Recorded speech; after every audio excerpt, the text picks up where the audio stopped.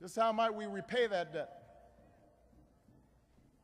First and foremost, we have to recognize that one day's commemoration, no matter how special, is not enough.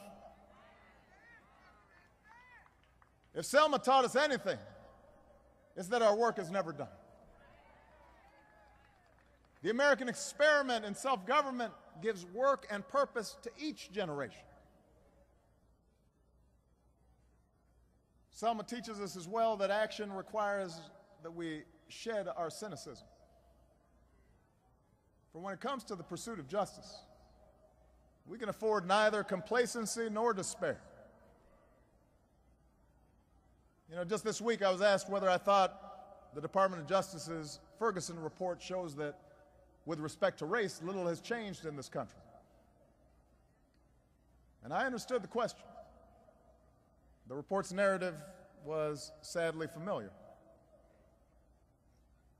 It evoked the kind of abuse and disregard for citizens that spawned the civil rights movement. But I rejected the notion that nothing's changed. What happened in Ferguson may not be unique, but it's no longer endemic. It's no longer sanctioned by law or by custom. And before the civil rights movement, it most surely was. We do a disservice to the cause of justice by intimating that bias and discrimination are immutable, that racial division is inherent in America. If you think nothing's changed in the past 50 years, ask somebody who lived through the Selma or Chicago or Los Angeles of the 1950s.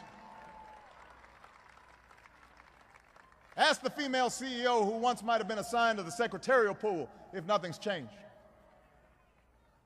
Ask your gay friend if it's easier to be out and proud in America now than it was 30 years ago. To deny this progress, this hard-won progress, our progress, would be to rob us of our own agency, our own capacity, our responsibility to do what we can to make America better.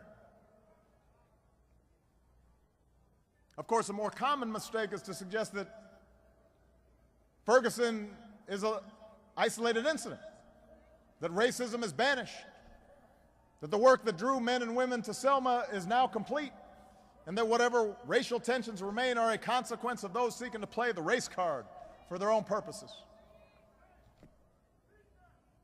We don't need a Ferguson report to know that's not true. We just need to open our eyes and our ears and our hearts to know that this nation's racial history still casts its long shadow upon us. We know the march is not yet over. We know the race is not yet won. We know that reaching that blessed destination where we are judged, all of us, by the content of our character requires admitting as much, facing up to the truth. We are capable of bearing a great burden, James Baldwin once wrote. Once we discover that the burden is reality and arrive where reality is, there's nothing America can't handle if we actually look squarely at the problem.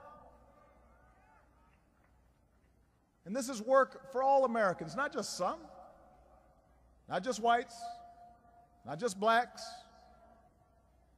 If we want to honor the courage of those who marched that day, then all of us are called to possess their moral imagination.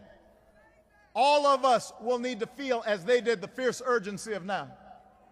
All of us need to recognize, as they did, that change depends on our actions, on our attitudes, the things we teach our children. And if we make such an effort, no matter how hard it may sometimes seem, laws can be passed, and consciences can be stirred, and consensus can be built. With such an effort, we can make sure our criminal justice system serves all and not just some. Together, we can raise the level of mutual trust that policing is built on. The idea that police officers are members of the community they risk their lives to protect. And citizens in Ferguson and New York and Cleveland, they just want the same thing young people here marched for 50 years ago, the protection of the law.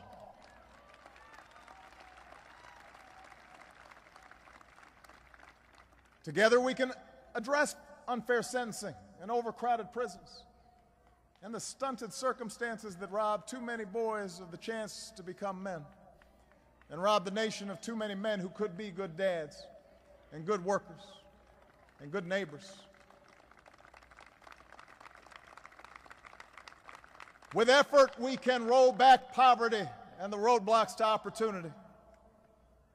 You know, Americans don't accept a free ride for anybody, nor do we believe in equality of outcomes, but we do expect equal opportunity. And if we really mean it, if we're not just giving lip service to it, but if we really mean it and we're willing to sacrifice for it, then yes, we can make sure every child gets an education suitable to this new century. One that expands imaginations and lifts sights and gives those children the skills they need.